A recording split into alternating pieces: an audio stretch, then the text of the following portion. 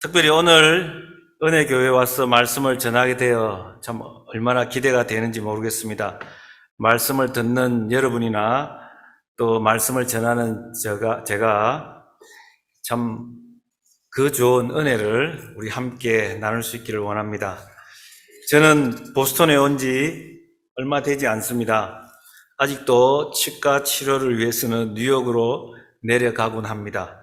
그때 친구 목사님들도 시간이 되면 만나기도 합니다. 보스턴에서는 제가 지금까지 교제한 목회자는 은혜교회 담임 목사님이 유일합니다. 제가 듣기로는 공학을 공부하셨다고 들었는데 한 번도 공학도였다는 생각이 들지 않았습니다. 제게 비친 여러분의 담임 목사님은 언제나 사랑에 빠진 사춘기 소년처럼 어떻게 표현할까요? 누구에게 사랑에 빠졌냐? 우리가 사랑하는 예수님에게 빠진 그런 분의 모습이었습니다. 하나님의 말씀에 중독이 되어서 당신이 받은 그 말씀을 나누기를 좋아하시고 제가 알아듣는다고 생각하시고 그 재미에 빠져 만나기만 하면 사람을 붙들고 늘어지는 그런 모습이었습니다.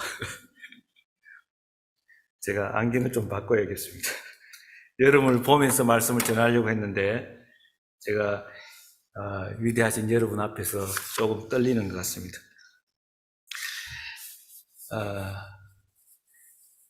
세상에 가장 행복한 것이 무엇일까?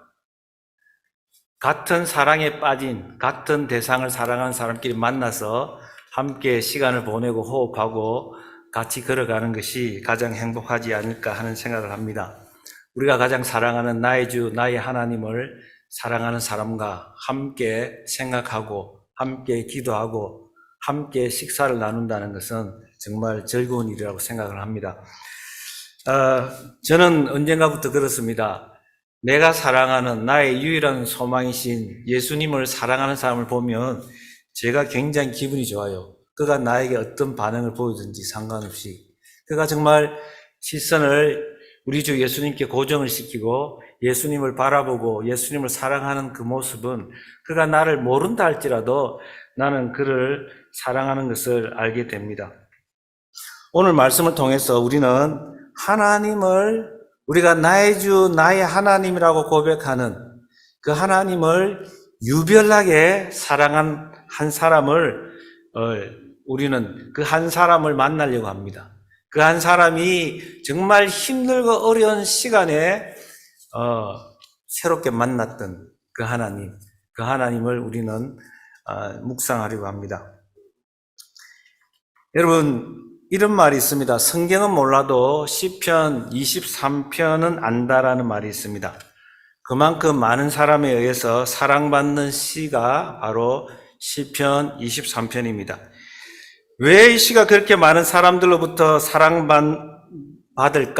여러분 한번 생각해 보셨습니까?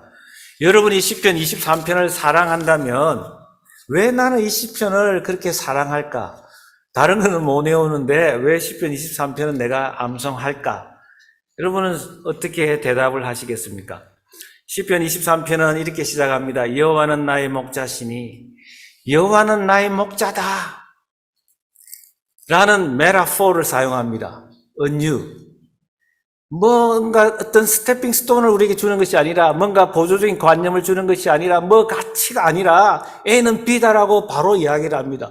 뭐 맥락 없이 뭔가 어떤 컨텍스트를 이야기해 주지 않고 우리에게 여호와는 나의 목자다라고 선언을 하는 것입니다.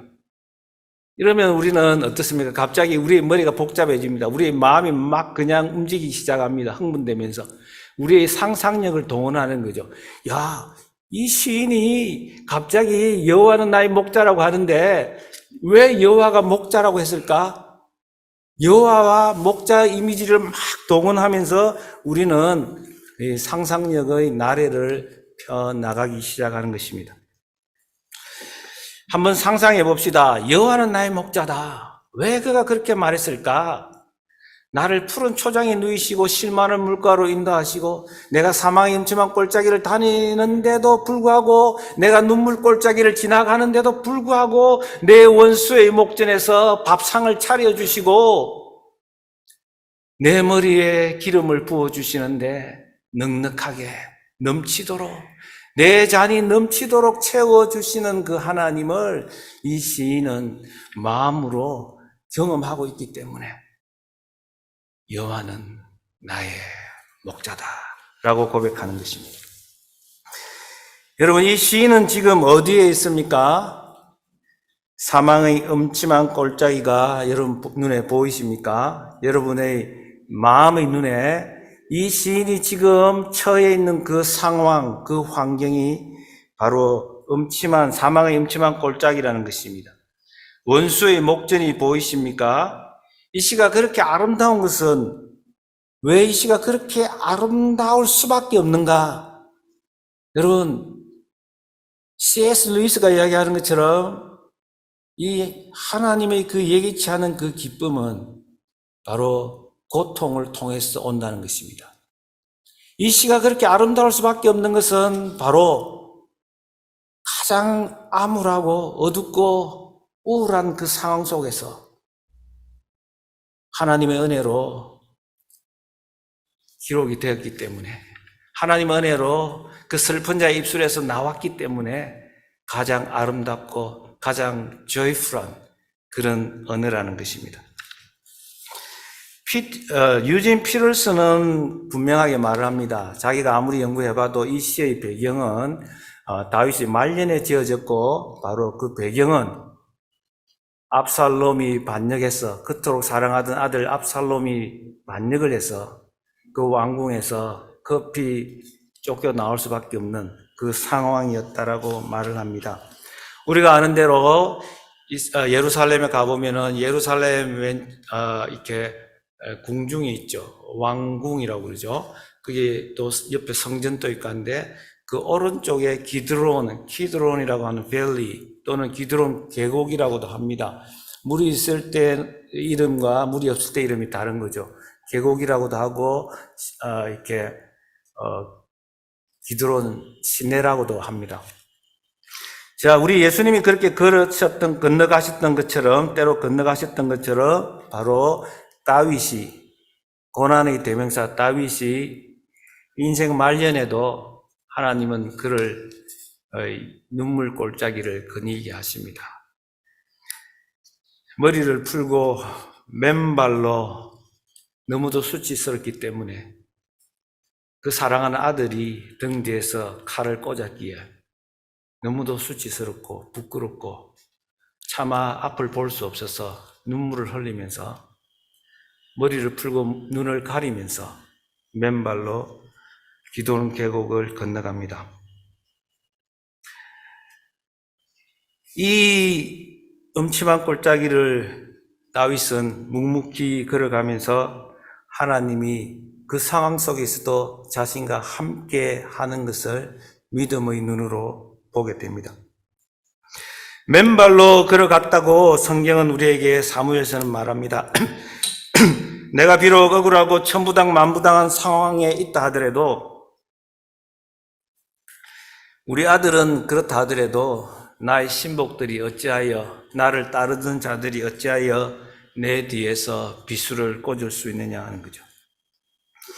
그럼에도 불구하고 나의 도움은 천지를 지으신 하나님께로부터 온다는 것을 믿습니다. 내가 그들과 함께 싸우기보다는 하나님이 이 모든 것을 아시고 보시고 있다는 것입니다. 마치 시내산에서 사막의 늙은 양치기가 되어서 여전히 80의 나이에 그 장인 이드로의 양떼를 몰고 있던 모세에게 하나님이 떨기나무 가운데에 나타나셨고 하나님이 여기는 거룩한 곳이니 신을 벗으라고 말씀하셨던 것처럼 내가 비록 천부당 만부당하고 내가 비록 억울하지만 하나님 앞에 그 거룩하신 하나님 앞에 자기의 의를 드러낼 수 없기에 아니 자기의 의란 있을 수도 없기 때문에 하나님 앞에 나는 죄인입니다. 나는 죄 많은 세상에서 발을 딛고 사는, 죄 아무리 발부둥 치더라도 내 발에 흙이 묻을 수밖에 없고 죄와 허물로 뒤죽박죽 될 수밖에 없는 인생이 바로 나입니다 라고 고백하는 것입니다. 그래서 이 상황 속에서도 회개와 찬양이 나오는 것입니다. 나아가 원수의 목전에서도 상을 베푸시는 하나님을 봅니다. 다윗은 비록 맨발로 울며 걷지만 이 걸음이 끝나는 지점이 있고 그 지점에서 하나님께서 잔치, 파티를 준비하고 있는 하나님을 보는 것입니다. 여러분, 기도는 신기한 능력이 있어요. 상황은 그대로예요. 상황은 고스란히 그대로 있지만 나의 원수는 여전히 나를 죽이려고 하고 나를 비방하지만 내 눈에 보이지만 그럼에도 불구하고 내가 기도할 때에 내가 하나님을 바라보고 하나님 얼굴을 바라볼 때 하나님 얼굴을 구하고 나갈 때에 그 얼굴빛이 내게로 와서 나에게 건강을 주시고 내 마음에는 이미 하나님의 임재로 채워진 것을 보게 되는 것입니다. 상황은 바뀐 게 없어요. 그럼에도 불구하고 하나님을 바라보고 기도할 때에, 말씀을 붙잡을 때에, 하나님을 갈망할 때에 어느 순간에 하나님의 임재가 내 안에 채워지는 것을 우리는 경험하게 되는 것입니다. 바로 다윗은 그 하나님을 경험하게 되었던 것입니다. 그래서 찬양이 나고 아름다운 언어가 만들어지고 있는 것입니다. 여러분은 지금 어떤 상황입니까? 정말 믿음의 눈으로 임마누엘 하나님을 여러분 경험하고 느낄 수 있기를 주님의 이름으로 축원합니다. 이 상황은 원수의 목전입니다. 다윗은 이 전쟁이 영적 전쟁임을 알고 있습니다. 그렇기 때문에 칼과 창으로 맞서지 않고 그렇게 해서 문제가 해결되지 않는다는 것을 너무도 잘 알고 있습니다. 내 논리로 그들의 논리를 부술 수 있지 않다는 것을 알고 있습니다. 순간적으로 그렇게 할 수도 있겠지만 이 전쟁은 영적 전쟁이라는 것입니다. 원수의 목전에서 내가 사망의 임침한 골짜기를 다닐지라도 내가 해를 두려워하지 않는 것은 내가 그 악, 그 마귀가 그 권세를 가지고 지금 배후에서 나를 괴롭히고 있다는 것을 알고 있는 것입니다. 마귀가 오는 것은 우리를 도적질하고 죽이고 멸망시키는 것뿐입니다. 그러나 하나님은 마귀의 권세와 비교할 수 없는 큰 권세를 가지고 있는 것입니다. 우리 주 예수 그리스도는 하늘과 땅에 있는 모든 권세를 가지시고 우리를 지켜보고 계시고 우주를 주관하시고 우리 인생을 이끌어가고 있는 것입니다. 여러분 믿으십니까? 그 어떤 것보다도 어떤 상황보다도 이길 수 있는 하나님, 그 어떤 것보다 위대하신 분이 바로 우리 하나님이라는 사실을 기억하시길 바랍니다. 한 번은 예수님의 제자들이 배를 타고 가다가 풍랑을 만났습니다. 그 배 잔뜩 질려 두려움에 휩싸이게 되었습니다. 마태복음 14장 22절입니다. 예수께서 즉시 제자들을 재촉하사 자기가 무리를 보내는 동안에 배를 타고 앞서 건너편으로 가게 하시고 무리를 보내신 후에 기도하러 따로 산에 올라가시니라. 저물매 거기 혼자 계시더니 배가 이미 육지에서 술이나 떠나서 바람이 거스름으로 물결로 말미암아 고난을 당하더라. 밤 사경에 예수께서 바다 위로 걸어서 제자들에게 오시니 제자들이 그가 바다 위로 걸어오심을 보고 놀라 유령이라 하며 무서워하여 소리 지르거늘 예수께서 즉시 이르시되 안심하라 내니 두려워하지 말라. 여러분 정말 그 갈릴리 바다에 저물어서 해가 떨어지고 밤 사경이고 밤 사경은 새벽 3시부터 6시까지의 시간이고 가장 어둡고 어두운 시간에 풍랑이입니다. 겁이 납니다. 어찌할지 모르는 상황입니다. 큰 고난을 당하고 있어요. 근데 그때에 예수님이 나타나셨습니다. 무리로 걸어옵니다. 사람들은 잘 보이지 않는 예수를 보면서 유령이 나타났다, 고스트라고 말합니다. 근데 예수님은 내니 안심하라고 말합니다. 내니 안심하라. Do not be afraid. It is I. It is I.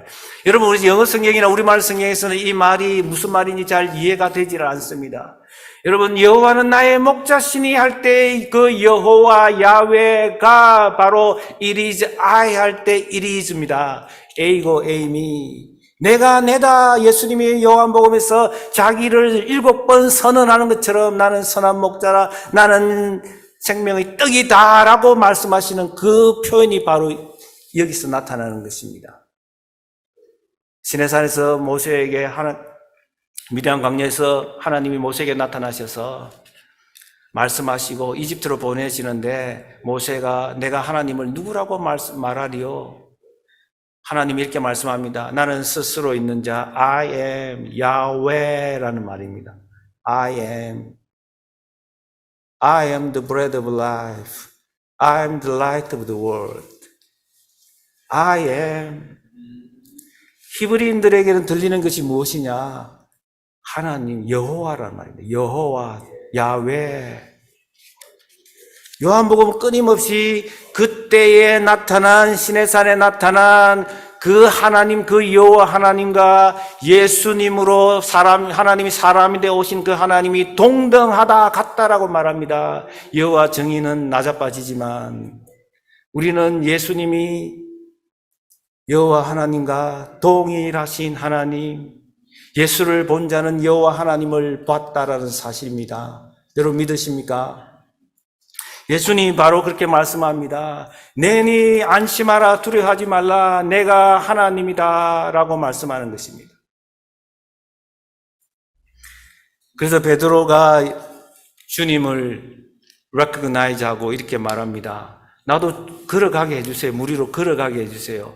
예수님은 걸어오라고 합니다. 베드로가 물 위로 걸어갑니다. 그런데 갑자기 바람을 보고 심하게 움직이는 바람을 보면서 그 바람을 보고 그냥 낮아빠집니다. 물에 빠지기 시작합니다. 우리가 고난 속에서도 예수님을 바라보고 하나님을 바라보면 소망이 있는 것입니다. 고난 속에서 우리가 환경을 바라보는 순간, 우리를 공격하려고 하는 그 사람들을 바라보는 순간 우리는 빠지고 말 것입니다. 여러분, 하나님의 영광을 구하기를 바랍니다. 하나님의 얼굴을 구하는 여러분 모두가 되기를 원합니다.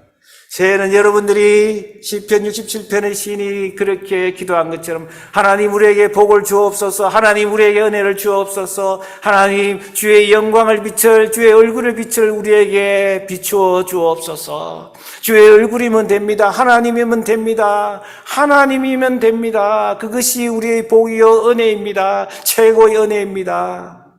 여러분 새초부터 새말까지 하나님의 얼굴의 영광이 은혜교회 모든 성도들에게 은혜교회 위에 두루 비추어지기를 주님의 이름으로 축원합니다. 여러분 이 시편 23편은 정말 노년에 다윗이 처절하고 수치스럽고 가슴이 찢어지는 절망적인 상황에서 부른 노래요, 찬송이요, 고백입니다. 나의 계획이 실패하고 나의 소망이 끊어질 때 삶의 주관자 되신 그분 앞에 나의 무릎을 꿇어 경배하네. 여러분 이 시에는 그 모습이 고스란히 녹아져 있습니다. 다윗이 감람산 길로 올라갈 때 그의 머리를 그가 가리고 맨발로 울며 가고 함께 가는 모든 백성들도 너무 슬퍼서 왕이 그러니까 자기들도 머리를 가리고 울며 올라갑니다. 어떤 사람이 다윗에게 말합니다. 압살롬과 함께 모반한 자들 가운데 아히도벨이 있나이다. 다윗이 이렇게 말합니다. 여호와여 원하옵건대. 영어 성경에서는 prayed. 다윗이 기도하기를 하나님 아히도벨의 모략을 어리석게 하옵소서. 그렇게 하고 기도하고 올라갑니다. 어떻게 내 신복이 나의 카운슬러가 배반하는 그 압살롬에게 붙었던가? 내가 할 수 있는 게 없잖아요. 억울하지만 내가 쫓아가서 한 주먹 때리고 올 수도 없잖아요. 하나님, 내가 기도하는데 그의 계획이 어리석게 해주세요. 그러면서 산 정상 마루트로 올라갑니다. 그 산 정상 마루트에는 예배하는 장소가 있었습니다. 하나님을 경배하는 마루트에 이르렀을 때에 아렉 사람 후세가 옷을 찢고 흙을 머리에 덮어쓰고 다윗을 맞이하러 옵니다. 하나님은 바로 그 예배의 장소에서 후세를 만나게 하면서 후세가 그 문제를 푸는 열쇠가 되도록 하나님께서 일하시는 것을 보게 합니다. 여러분, 사망의 음침한 골짜기는 눈물 골짜기입니다. 감람산 올라가는 다윗의 모습에는 기도가 있고 회개가 있고 예배가 있음을 사무엘서는 우리에게 잘 보여주고 있습니다. 눈물을 흘리며 씨를 뿌리는 자는 기쁨으로 거두리로다. 울며 씨를 뿌리러 나가는 자는 반드시 기쁨으로 그 곡식단을 가지고 돌아오리라. 시편 126편. 여러분, 정말 힘들고 억울한 상황에서 포로 생활하는 가운데서도, 바빌론에서 포로 생활하는 가운데서도 눈물을 흘리며 씨를 뿌리는 자는 기쁨으로 거두리로다. 울며 씨를 뿌리러 나간 자는 반드시 기쁨으로 곡식단을 거두리로다. 정말 여기서 언제 포로 생활이 끝날지 모르지만은 희미하게 들려오는 그 예레미야를 통해서 그 주신 말씀, 70년 동안 너희가 포로 생활하고 나면 너희에게 하나님이 너희를 약속의 땅으로 되돌려 주리라. 그것을 믿고 그 말씀을 붙들고 눈물을 흘리며 씨를 뿌리는 것입니다. 다윗의 모습이 바로 그런 것입니다. 여러분, 고통 중에 있습니까? 자식에게 서름을 당하고 있지는 않습니까? 가정의 위기, 생업의 위기, 건강의 위기를 느끼고 있지는 않습니까? 하나님 아버지 앞에 우리가 할 수 있는 것은, 하나님이 다윗을 통해서 우리에게 가르쳐 주는 것은 맨발로 천부여 의지없소서. 내가 의지할 곳은 하나님 밖에는 없기 때문에, 하나님은 거룩하신 하나님이시기 때문에, 그 앞에 나는 죄인이기 때문에, 하나님 천부여 의지없소서. 내가 손들고 하나님께 항복하며 하나님의 뜻만, 내 뜻이 아니라 하나님의 뜻만 온전히 이루어지게 하여 주옵소서. 하나님께 모든 것을 맡깁니다. 하나님, 내 인생에 복을 주옵소서. 감람산 예배 장소를 지나 이제 정상에서 내려옵니다. 내려오는 길에 바후림이라고 하는 지명이 있었습니다. 사울의 친척인 시므이가 막 이렇게 저주, 욕짓거리를 해댑니다. 피를 흘린 자여, 사악한 자여, 가거라 가거라. 사울의 족속의 모든 피를 여호와께서 내게로 돌리셨도다. 그를 이어서 내가 왕이 되었으나 여호와께서 나라를 내 아들 압살롬 손에 넘기셨도다. 보라, 너는 피를 흘린 자이므로 화를 자초하였느니라 하는지라. 막 그냥 저주를 퍼부어댑니다. 따라오면서 그냥 돌을 던지고 그냥 흙을 집어 던지면서 다윗을 비웃고 조롱합니다. 다윗과 함께 있던 아비새 장군이 너무도 민망해서, 너무도 괘씸해서, 저 죽은 개 같은 인간이 지금 욕을 해대는데 내가 당장 달려가서 한 칼로 그 목을 베어 오겠습니다 라고 말을 합니다. 그때 다윗은 뭐라고 말합니까? 그가 나에게 하나님이 시켜서 하는 말인데, 유진 피터슨은 The Message라는 성경에서 이렇게 말합니다. 하나님이 그를 통해서 나한테 지금 설교하는 거야. 내 아들도 내 등 뒤에서 칼을 꽂는데 남이 나에게 무슨 짓을 못하겠느냐. 다윗은 이 상황 속에서도 하나님의 주권을 인정하면서 마음에 이렇게 말할 여유를 갖고 있는 것입니다. 사무엘하 16장 12절에서 이렇게 말합니다. 다윗은 이렇게 계속 말을 합니다. 여호와께서 나의 원통함을 감찰하시리니 오늘 그 저주 때문에 여호와께서 선으로 내게 갚아 주시리라고 하고, 나도 안다. 나도 네 마음처럼 그렇게 달려가서 한 칼에 단칼에 날리고 싶은데, 하나님이 주권하에서 하나님의 허용 속에서 그렇게 하고 있는데 내가 어떻게 하겠느냐? 하나님 나의 주권자고 하나님 나의 아버지인데, 그러나 내가 원통함을 그가 보시고 내가 원통함을 감찰하시리니 오늘 그 저주 때문에 여호와께서 선으로 내게 갚아주시리라.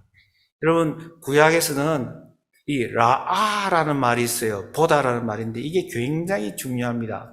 보다, 지키다, 기억하다, 듣다 이런 단어들이 굉장히 중요한데 라아 하나님이 나의 원통함을 감찰하시리니 하나님이 나의 원통함을 보시리니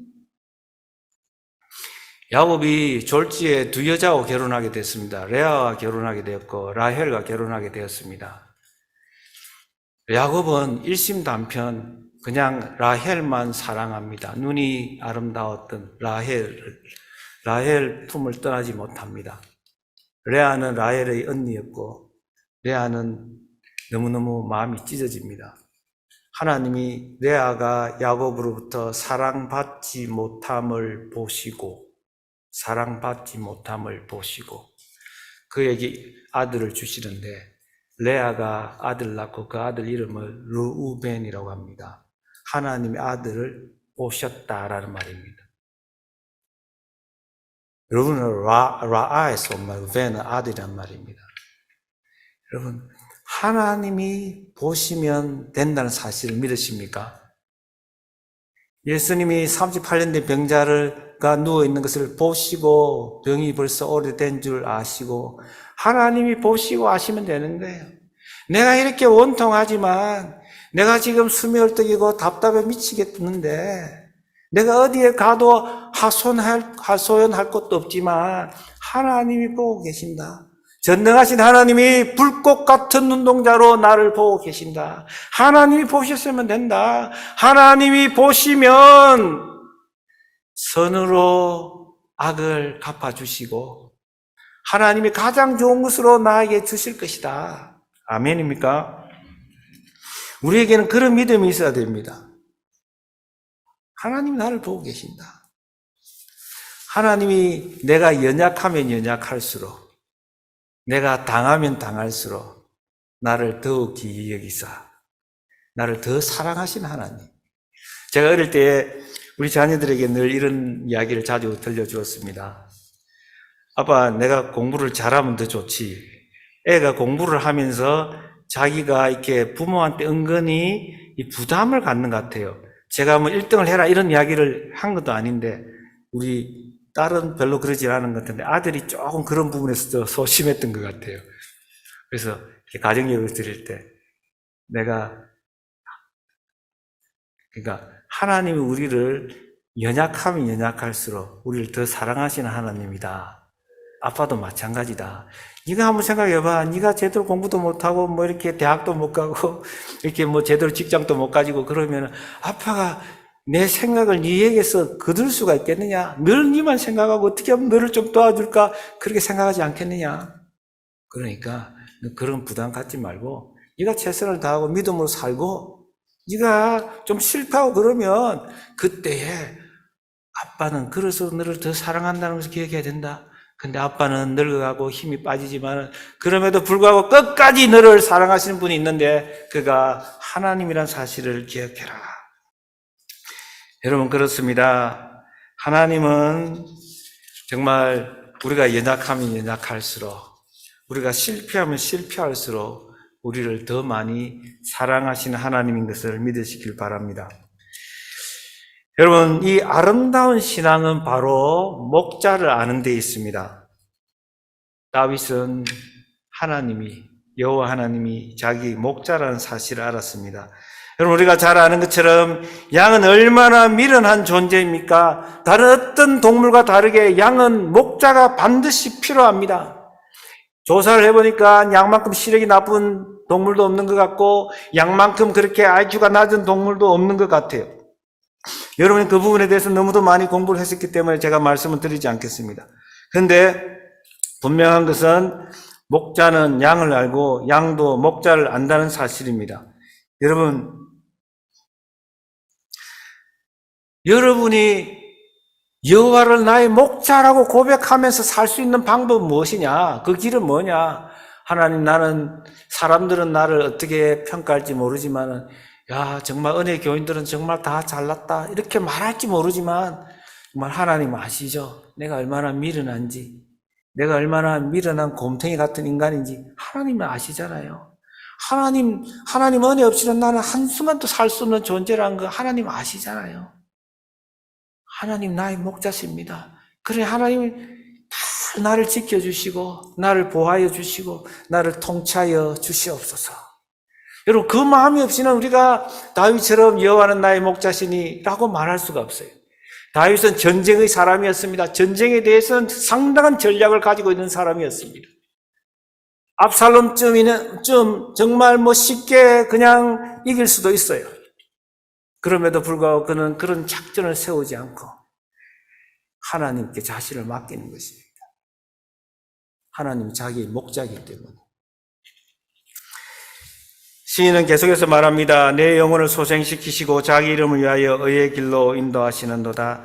여러분, 우리 시대는 어떤 시대입니까? 몸이 주제가 되어 있습니다. 온통 세상은 우리의 바디에 관심을 갖게 합니다.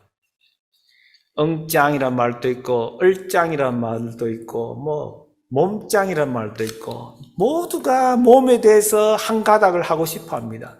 몸에 대해서 뭔가를 보여주려고 하고 그것으로 인해서 자기의 존재감을 이렇게 느끼려고 하는 것 같아요. 사탄은요, 우리로 하여금 영혼을 보지 못하게 합니다. 영혼에 대해서 생각하지 못하게 합니다.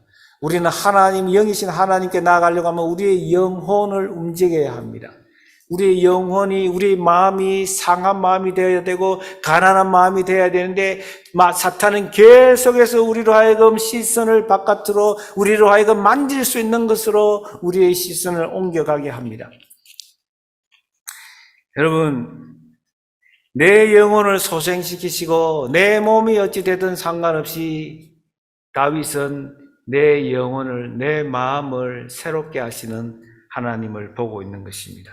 자기 이름을 위하여, 하나님의 이름을 위하여, 하나님의 퍼스널리티가, 하나님의 인격이 드러나도록 하나님의 그 인격, 하나님의 그 처음부터 끝까지 알파와 오메가가 되시면서 우리를 먼저 사랑하셨던 그 하나님이 우리의 모습과 우리의 행위와 우리의 행실과 상관없이 택한 백성을 끝까지 인도하시는 그 하나님께서, 그 하나님의 이름을 위해서 우리를 인도하시는, 나를 인도하시는 하나님을 기대며 의지하며 믿고 따라가는 것입니다. 여러분, 저는 오늘 여러분에게 정말 우리의 인생이 치열한 영적 전쟁에 있다라는 것을 여러분에게 도전하고 싶습니다. 원수의 목전에서 상을 베풀어 주신 하나님, 해를 두려워하지 아니할 것은 거기서 압살롬은 없습니다. 거기서 압살롬과 반역을 함께하고 있는 아히도벨도 없고 그의 장군 아마사도 없습니다. 여러분, 여기서 분명히 우리는 바라봐야 될 것은 이 영적 전쟁의 그림이 있다는 것입니다. 영적 전쟁의 그림 속에는 사탄이 있고 또 그 사탄을 압도하는, 그 사탄의 권세를 압도하는 하나님의 임재가 넘쳐나는 큰 그림이 있다는 것을 우리는 보아야 합니다. 여러분, 지금 어떤 상황이십니까? 다윗은 그 원수의 목전에서도 밥상을 차려주시고 그뿐만 아니라 머리에 기름을 부어주시는데 조금 우리가 안달나게 부어주시는 것이 아니라 철철 넘치도록, 내 잔이 넘치도록 부어주시는 하나님의 임재로 가득 채워주시는 하나님인 것을 보게 합니다. 하나님의 임재가 너무너무 이렇게 잘 느껴지지 않아서 이렇게 불안한 그런 모습이 아니라 그 어떤 상황에도 불구하고 그 치열한 원수의 목전에서도 하나님의 임재로 넘쳐나는 것을 보게 합니다. 로마서 8장 31절입니다. 하나님이 우리를 위하시면 누가 우리를 대적하리요? 자기 아들을 아끼지 아니하시고 우리 모든 사람을 위하여 내주시니가 어찌 그 아들과 함께 모든 것을 우리에게 주시지 아니하겠느냐? 누가 능히 하나님께서 택하신 자들을 고발하리요? 어렵다 하신 이는 하나님이시니 누가 정죄하리요? 죽으실 뿐 아니라 다시 살아나신 이는 그리스도 예수시니 그는 하나님 우편에 계신 자요 우리를 위하여 간구하시는 자신이라. 누가 우리를 그리스도의 사랑에서 끊으리요? 환난이나 공고나 박해나 기근이나 적신이나 위험이나 칼이랴. 어떤 상황 속에서도 사도 바울은 바로 다윗과 같은 그런 어려움을 겪었던 사람입니다. 다윗이 구약에서 고난의 대명사라고 한다면 신약에서는 예수님을 빼고 정말 고난의 대명사 한 사람을 우리로 하여금 지명하라고 한다면 바울입니다. 여러분, 바울은 그런 모든 상황 속에서도 내가 실패했고 내 계획이 깨어지고 내 꿈이 산산조각 난 것처럼 보였지만, 하나님의 계획마저 다 무너지는 것처럼 보였지만, 모든 것이 합력하여 선을 이루게 하시는 하나님을 경험했던 것입니다. 우리가 알지 않느냐? 우리가 경험했지 않느냐? 우리가 알다시피 as we know, 모든 것을 하나님을 사랑하는 자, 그 뜻대로 부르심을 입은 자들에게는 모든 것이 합력하여 선을 이루느니라. 여러분, 아름다운 신앙은 하나님의 사랑을 깊이를 압니다. 내 평생의 선하심과 인자하심이 반드시 나를 따르리니 내가 여호와의 집에 영원히 살리로다. 내 평생의 선하심과 인자하심이 반드시 따르리니, 이때 선하다는 말은 창세기에서 토브라는 말입니다. 하나님이 우주를 창조하시고 우리 인간을 지으시면서 보시기에 좋았더라고 하는 그 말이 바로 이 선하다는 말입니다. 여러분, 이 선하다는 말은 하나님이 디자인한 대로 하나님의 뜻이 온전히 나타난 그 모습을 선하다라고 말합니다. 내가 지금 이렇게 수치스럽고 이렇게 부끄럽고 정말 이렇게 고개 들 수 없는 그 상황에 몰려 있지만, 하나님은 하나님이 손으로 나를 재창조해서 하나님이 나를 디자인하신 대로, 하나님이 디자인하신 대로 그 아름다움이 나에게 나타나게 하시리라. 선하심과 인자하심이, 인자, 성경에는 때로는 은혜라고 번역하기도 하고 자비라고도 번역하기도 합니다. 긍휼이라고도 번역합니다. 원어에서는 헤세드입니다. 헤세드가 무엇입니까? 하나님은 우리에게 일방적으로 찾아오셔서 우리의 아버지가 되어주시고 우리의 하나님이 되어주시고 우리는 그의 자녀가 되고 우리는 그의 백성이 되었습니다. 그 관계, 끊어내야 끊을 수 없는 하나님이 먼저 시작한 그 관계의 고리를 붙들어 주는 것이 무엇입니까? 그것을 헤세드라고 합니다. 그것이 보혈이고요. 그 보혈, 그 피의 이름이 헤세드라고 하고 신약에서는 아가페라고 합니다. 그 헤세드가 반드시 나를 따르리니, 이 따르다는 표현은 히브리에서는 라답이라고 합니다. 라답은 뭐냐? 광야의 맹수, 사자나 곰이 그 프레이, 먹이를 쫓아가는 그 달려가는 그 모습, 그 풀슈하는 그 모습을 라답이라고 합니다. 하나님의 사랑은 내가 지금 사망의 음침한 골짜기를 지나가고 있고 원수의 목전에 있지만 내 삶이 경각의 앞에 놓여 있는 것처럼 보이지만, 하나님의 사랑은 마치 사자가 토끼를 향해서, 사슴을 향해서 달려가는 것처럼 하나님의 사랑은 그렇게 나에게 달려오는 모습이라고 다윗은 확신하는 거예요. 지금 그 감람산에서 지금 내려오는 차량하게 아직도 오른쪽으로 요단강을 건너가야 하는 그 시간표에 있지만, 그는 하나님의 사랑은 결코 끊어지지 않는다는 거예요.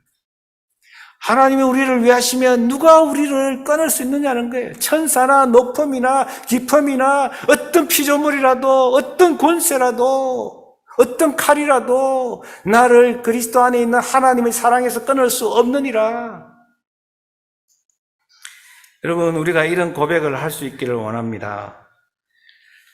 마지막으로, 여러분, 다윗은 여호와는 나의 목자라고 했는데 예수님은 하나님이 정하신 시간에 이 땅에 오셔서, 요한복음은 이렇게 말합니다. 태초에 말씀이 있었는데 그 말씀이 하나님과 함께 있었고 그 말씀이 하나님이셨다라고 말합니다. 그 말씀이 사람이 되었고 그 말씀이 우리 가운데 있는데 그 말씀이 바로 무엇입니까? He tabernacled among us.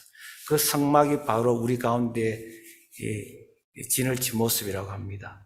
그 예수님이 바로 독생자 영광인데 은혜와 진리로 충만하더라. 그분이 어떻게 말씀하느냐? 이 땅에 오셔서 요한은 이렇게 설명합니다. 소개합니다. 나는 선한 목자라. I am. 모세에게 말씀하셨던, 그렇게 나타나셨던 야훼, I am 야훼라는 뜻입니다.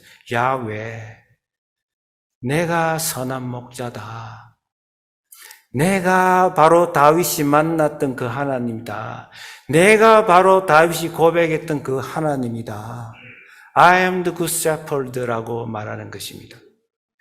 요한은 이렇게 우리에게 이야기합니다. 요한복음 10장 14절 15절 나는 선한 목자라. 나는 내 양을 알고 양도 나를 아는 것이 아버지께서 나를 아시고 내가 아버지를 아는 것 같이 나는 양을 위하여 목숨을 버리노라. 여러분, 아직도 세상에 치여서 자존감이 상해서 얼굴을 드러내지 못하고 바위틈 낭떠러지 은밀한 곳에 숨어 있지는 않습니까? 주님은 우리의 그 모습을 아시고 찾아오셔서 내 얼굴을 보여다오, 네 모습을 보여다오, 네 목소리를 들려다오라고 말하는 것입니다. 양은 그 목자의 음성을 아는 것입니다.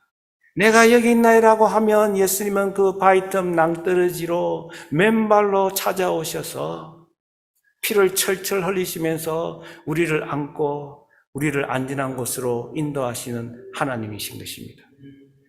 우리 예수님은 이렇게 말씀하는 것입니다. 다윗이 걸어갔던 그 길을 나도 걸었고 나도 상했고 나도 찢어졌고 나도 거기서 울었노라고 말씀하는 것입니다. 바로 감난산 어귀에 겟세마네 동산이 있습니다. 선한 목자이신 그분은 바로 우리를 위해서 처지고 상하고 깨진 그릇 같은 우리 인생을 싸매기 위해서 바로 선한 목자로 오셔서 우리를 위해서 목숨을 버리시고 십자가에서 승리하신 분입니다.